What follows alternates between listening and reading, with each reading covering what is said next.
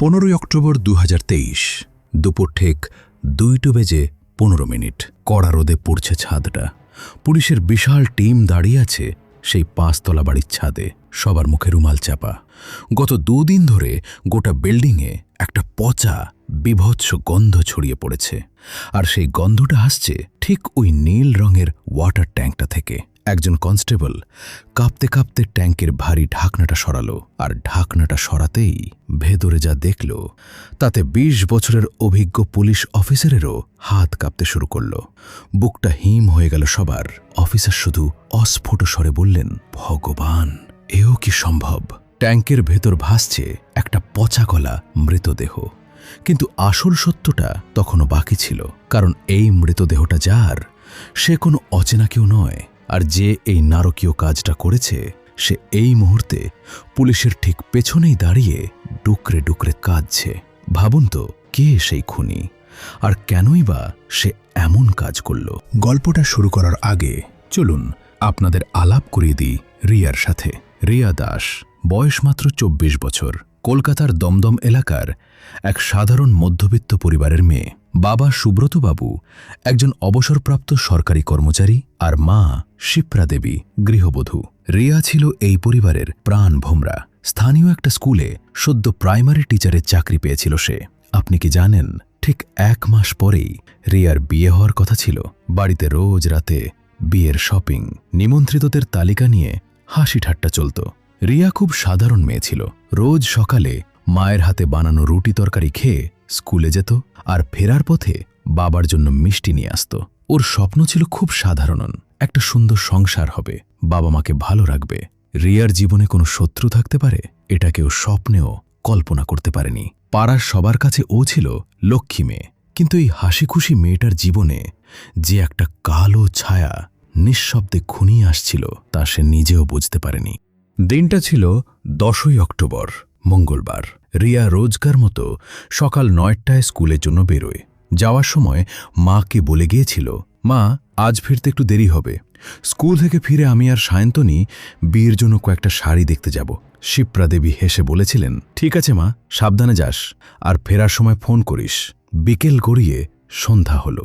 ঘড়ির কাঁটায় তখন সন্ধ্যা 7টা। রিয়া এখনো ফেরেনি। শিপ্রা দেবীর বুকের ভেতরটা কেমন যেন ছ্যাঁত করে উঠল। রিয়া তো এত দেরি করা মেয়ে নয়। তিনি রিয়ার নাম্বারে ফোন করলেন। The number you are calling is currently switched off. সুব্রতবাবু বললেন, চিন্তা করো না, হয়তো ফোনে চার্জ নেই, রাস্তায় জ্যামে আটকে আছে। কিন্তু রাত 9টা, 10টা, 11টা বেজে গেল। রিয়ার কোনো খোঁজ নেই। সায়ন্তনীকে ফোন করে জানা গেল, রিয়া তো শাড়ি কিনতেই যায়নি। বিকেল 4টের সময় স্কুল থেকে সে একাই বাড়ির দিকে রওনা দিয়েছিল। তাহলে রিয়া গেল কোথায়? পায়ের তলার মাটি সরে গেল সুব্রতবাবু আর শিপ্রা দেবীর। রাত 12টায় লোকাল থানায় মিসিং ডায়েরি করা হলো। পাড়ার সবাই ভেঙে পড়ল রিয়াদের বাড়িতে। আর এই বিপদের সময় যে মানুষটা রিয়ার বাবা মায়ের পাশে সবচেয়ে বেশি দাঁড়িয়েছিল, সে হলো পাড়ার ছেলে, রিয়াদের প্রতিবেশী অমিত। অমিত রিয়াদের পাড়াতেই থাকে। রিয়াকে সে ছোটবেলা থেকে চেনে, দিদির মতো সম্মান করে। সেই রাতে অমিতই পুলিশ স্টেশনে দৌড়াদৌড়ি করল, পোস্টার ছাপালে, সোশ্যাল মিডিয়ায় রিয়ার ছবি শেয়ার করে লিখল, আমাদের পাড়ার মেয়ে নিখোঁজ, প্লিজ সাহায্য করুন। পরের দিন 11 অক্টোবর পুলিশ তদন্ত শুরু করল। প্রথমেই রিয়ার স্কুলের রাস্তার সিসিটিভি ফুটেজ চেক করা হলো। ফুটেজে দেখা গেল, বিকেল 4:10 রিয়া স্কুল থেকে বেরিয়ে বাস স্ট্যান্ডের দিকে যাচ্ছে। এরপর রিয়ার বাড়ির রাস্তার মোড়ের সিসিটিভি ফুটেজ চেক করল পুলিশ, আর সেখানেই চমকে উঠল সবাই। ফুটেজে স্পষ্ট দেখা যাচ্ছে, বিকেল 5টা নাগাদ রিয়া পাড়ার মোড়ে এসে ঢুকেছে। তার মানে রিয়া নিজের পাড়াতেই ফিরে এসেছিল। কিন্তু তারপর মোড় থেকে রিয়ার বাড়ি পৌঁছাতে সময় লাগে মাত্র 3 মিনিট। ওই 3 মিনিটের রাস্তায় রিয়া কোথায় হাওয়ায় মিলিয়ে গেল। তদন্তকারী অফিসার বললেন, মেয়েটা পাড়ায় ঢুকেছে কিন্তু বাড়ি পৌঁছায়নি। তার মানে যা ঘটেছে এই পাড়ার ভেতরেই ঘটেছে। পুলিশ পাড়ার প্রতিটা বাড়িতে তল্লাশি চালালো। প্রতিবেশীদের জিজ্ঞাসাবাদ করা হলো, কিন্তু কোনো সূত্র মিলল না। এর মধ্যে 3 দিন কেটে গেছে। রিয়ার মা কেঁদে কেঁদে প্রায় পাগল। অমিত রোজ সকালে এসে রিয়ার মায়ের মাথায় হাত বুলিয়ে বলে, কাকিমা, তুমি কেঁদো না, আমি রিয়াকে ঠিক খুঁজে বের করব। কিন্তু এখানেই আসল মোড় এলো। 14 অক্টোবর বিকেলবেলা রিয়াদের ঠিক পাশের বাড়ির 5 তলার ছাদে জলের পাম্প চালানো হয়েছিল, কিন্তু কল দিয়ে জল বেরোচ্ছিল না, বরং একটা তীব্র পচা গন্ধ আসতে শুরু করল জলের পাইপ দিয়ে। গন্ধটা এতটাই কট্টু যে ওই বিল্ডিংয়ের ভাড়াটেরা টিকতে পারছিল না। খবর দেওয়া হলো পুলিশকে। 15ই অক্টোবর দুপুর 2টা পুলিশ ছাদে উঠল, আর তারপর সেই ওয়াটার ট্যাঙ্কের ঢাকনা খোলা হলো। ভেতরে পচা গলা অবস্থায় ভাসছে রিয়ার নিথর দেহ। ওর গায়ে তখনও স্কুলের সেই নীল রঙের সালোয়ার কামিজটা, গলায় একটা ওড়না শক্ত করে পেঁচানো। শিপ্রা দেবী খবরটা শুনেই জ্ঞান হারালেন। সুব্রতবাবু ডুকরে কেঁদে উঠলেন।